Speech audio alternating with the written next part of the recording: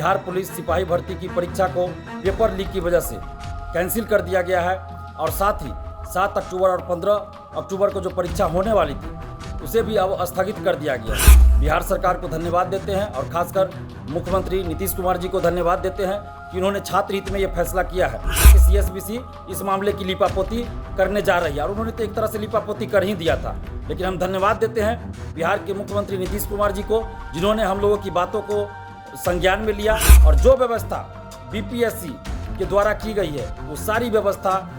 CSBC के द्वारा भी किया जाए और जब तक ऐसी व्यवस्था न हो तब तक ये परीक्षा आयोजित नहीं होनी चाहिए। जय हिंद दोस्तों, मैं दिलीप कुमार। दोस्तों 1 अक्टूबर को 2 पालियों में आयोजित बिहार पुलिस सिपाही भर्ती की परीक्षा को पेपर लीक की वजह से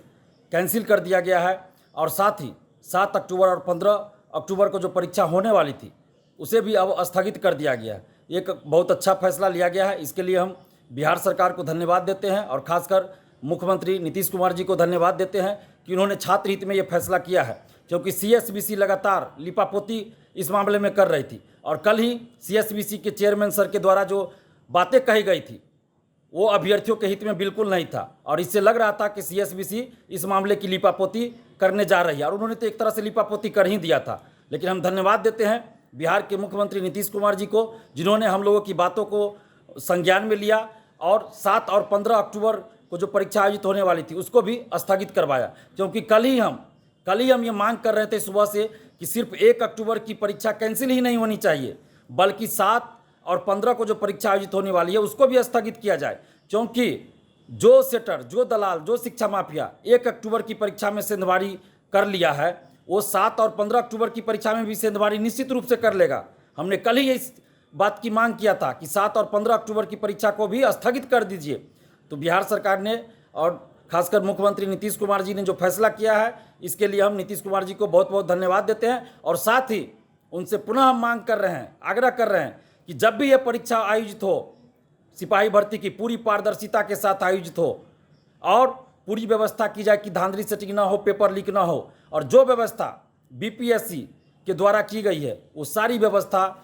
सीएसबीसी के द्वारा भी किया जाए और जब तक ऐसी व्यवस्था न हो तब तक ये परीक्षा आयोजित नहीं होनी चाहिए, क्योंकि अगर परीक्षा से पहले आंसर वायरल हो जाए तो फिर उस परीक्षा का कोई मतलब नहीं रह जाता है, वैसी परीक्षा का कोई औचित्य नहीं है। और साथ ही पारदर्शिता होनी चाहिए, ओएमआर शीट की कार्बन कॉपी, क्वेश्चन बुकलेट मिलना चाहिए, आंसर की जारी होना चाहिए, जब रिजल्ट प्रकाशित हो तो कटअप सभी का मार्क्स जारी होना चाहिए। परीक्षा समाप्ति के बाद परीक्षार्थियों को ओएमआर शीट की कार्बन कॉपी और क्वेश्चन बुकलेट देने में क्या आपत्ति है, इनको देना चाहिए। बीपीएससी ओएमआर शीट ऑनलाइन जारी करती है परीक्षा के बाद, मेंस की कॉपियाँ परीक्षा के बाद जारी होता है, तो सीएसबीसी ऐसा क्यों नहीं कर सकती है? इसलिए सीएसबीसी को भी ऐसा करना चाहिए। परीक्षा के बाद ओएमआर शीट की कार्बन कॉपी और क्वेश्चन बुकलेट जारी होना चाहिए, आंसर की जारी होना चाहिए और रिजल्ट के साथ कटअप सभी का मार्क्स जारी होना चाहिए। और जब तक ऐसा नहीं होगा तब तक परीक्षा का कोई मतलब नहीं है, कोई औचित्य नहीं है। इसलिए हम नीतीश कुमार जी से ये मांग कर रहे हैं कि जब भी ये परीक्षा हो तो पूरी व्यवस्था के साथ हो, जो व्यवस्था बीपीएससी ने अपनाया वो सारी व्यवस्था लागू किया जाए। धन्यवाद। जय हिंद।